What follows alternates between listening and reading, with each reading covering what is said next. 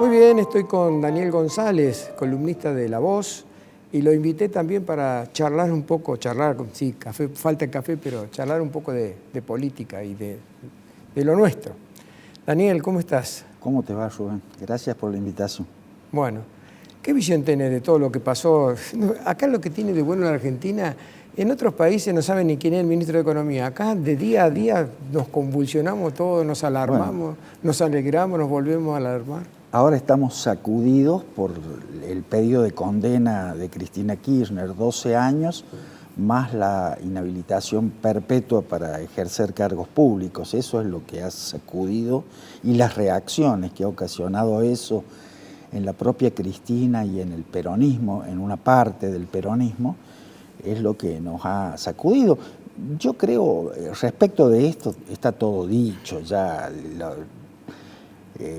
Los argumentos, las exposiciones de los fiscales han sido amplias, contundentes, yo diría decisivas, pero no sabemos qué va a pasar, obviamente. Pero si la Argentina no tiene la capacidad para condenar a gobernantes que manifiestamente se han enriquecido ilícitamente, no tenemos destino nacional. Eso es así, no hay destino. Si no podemos condenar a alguien que ha delinquido, no tenemos destino. Eso está en un primer plano, yo diría temporariamente, porque ha desplazado por unos días, probablemente, la designación de Massa como ministro de Economía, que ha sido la otra gran noticia del último mes, ¿no es cierto? Massa venía con los atributos de un superministro. Él mismo quería que, por lo menos inicialmente, que lo llamaran de ese modo. Logró nombrar al viceministro después de una discusión, porque el viceministro tiene o ha expresado tener a través de las redes sociales un pensamiento que se podría catalogar como neoliberal, digamos, ¿no es cierto? Opuesto al de Cristina. Ya digamos, se ha burlado de Cristina Kirchner en algunos tweets y otras manifestaciones en redes sociales, pero eso no tiene ninguna importancia, porque Alberto Fernández y Massa hablaban de meterla presa a Cristina y a su hijo, y mirá cómo han terminado, ¿no es cierto?, defendiéndola de las acusaciones del fiscal.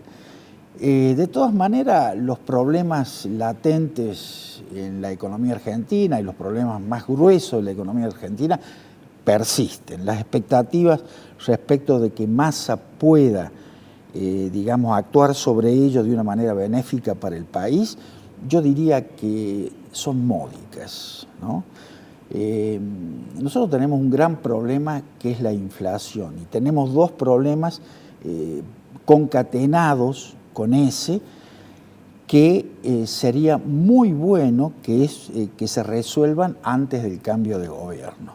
Esos problemas son las LELIQs, que es una bola de nieve que crece de una manera desmesurada mes a mes, un endeudamiento público en pesos, y el retraso cambiario. El retraso cambiario es abrumador. Hay una larga lista de gente que quiere importar, y los exportadores están cada vez más decepcionados con el tipo de cambio oficial, ¿verdad? El populismo ha sido al revés tradicionalmente. El populismo siempre ha demandado tipos de cambios competitivos, forma eufemística de denominar a los tipos de cambio elevados. Aldo Ferrer era el que insistía sobre eso.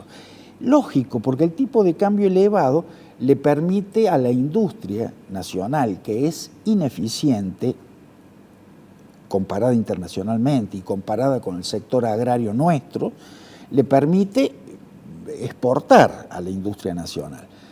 Pero con este tipo de cambio, digamos, está cada vez más lejos de hacerlo. Lo que pasa es que la industria tiene insumos importados que, a los cuales, en relación con los cuales el tipo de cambio tan bajo como el que tenemos termina beneficiándola por ese lado, ¿no es cierto?, por la importación de insumos.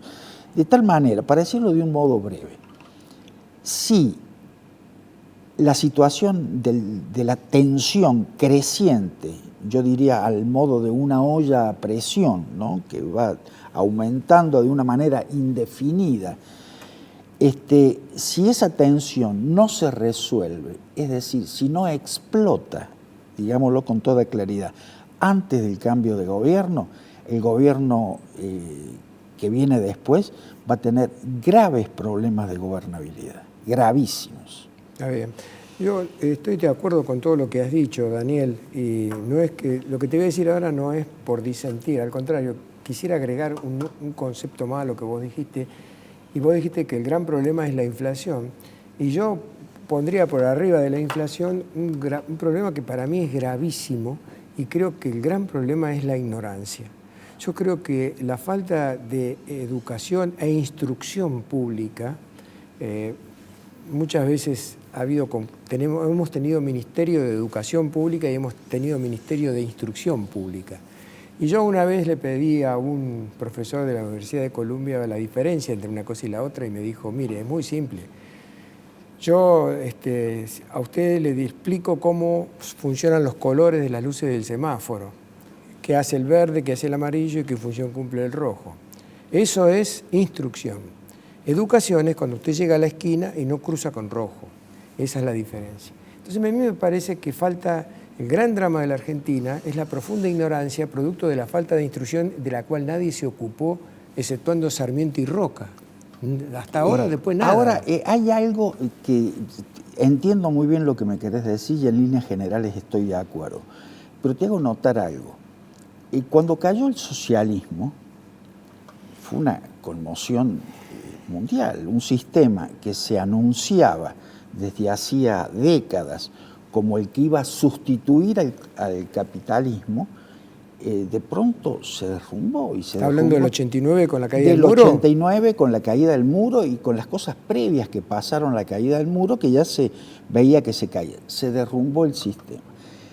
Pero siguió habiendo socialistas en todo el mundo. Eso es lo que no se entiende. Claro, bueno, François Furet, un historiador francés que estudió el problema y él mismo venía de una visión socialista, alcanzó a explicar que el capitalismo tiene tantos problemas de diverso tipo, que siempre, y injusticias también, gente que padece, etcétera, que siempre va a haber quien diga, aún a sabiendas de que el sistema que propone no es bueno, el socialismo, que hay una solución para esos problemas por fuera del sistema.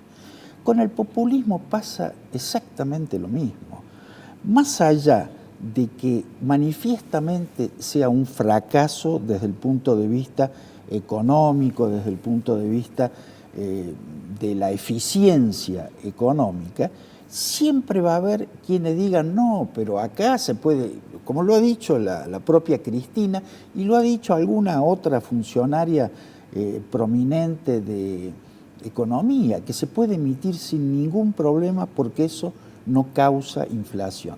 El único lugar donde se dice eso es en la Argentina. En los 60 y 70 se discutía en la Argentina si la inflación era estructural o si era monetaria. Es decir, si la emisión monetaria causaba la inflación o si tenía causas más profundas en la estructura económica. Pero esa discusión quedó zanjada. Existen muchos factores que provocan la inflación, sin ninguna duda. Si vos das aumento de sueldo, provocas inflación. Si vos aumentás desmesuradamente los impuestos, provocas inflación. Si vos devaluás, provocas inflación. Pero el sustrato sobre el cual se construyen todos esos mecanismos de propagación de la inflación es el déficit fiscal. Y dentro del déficit fiscal, el gasto público, y el déficit fiscal, digamos, no en sí mismo, sino la monetización del déficit fiscal. De tal manera que todavía seguimos discutiendo las mismas cosas que en los 60 y 70. Sí. Yo una vez con un rector de la Universidad de Córdoba tuve una discusión porque yo le decía que en los colegios secundarios que dependían de la universidad debería incorporarse, no sé si en el cuarto o en el quinto año, la materia Introducción a la Macroeconomía.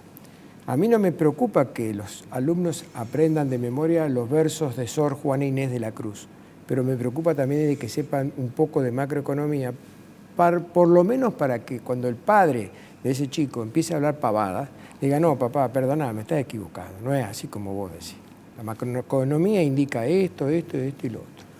Claro, pero bueno, lo que te quiero decir es que más allá de la razón pura, existen motivaciones de tipo emocional y político que pesan decisivamente al momento de votar. Yo te diría que en ese sentido el país está dividido y la existencia de la grieta obedece a razones sumamente profundas que no se van a resolver en una mesa de negociación, salvo que uno de los que esté sentado en la mesa esté completamente derrotado electoral y políticamente. Es la única Vos sabés forma. que yo tuve una consultora en Buenos Aires cuando Alfonsín fue electo presidente y el armado de la imagen de Raúl Alfonsín la hizo David Rato, uno de los grandes publicitarios que tuvo la Argentina, un gran creativo. Yo pedí estar en ese pequeño equipo de trabajo a través de quien era mi socio, Sergio Villarroel, porque a mí me interesaba ver cómo hacían los brainstorm y todo eso. Bueno, hicieron encuestas y por qué le gustaba a la gente Alfonsín.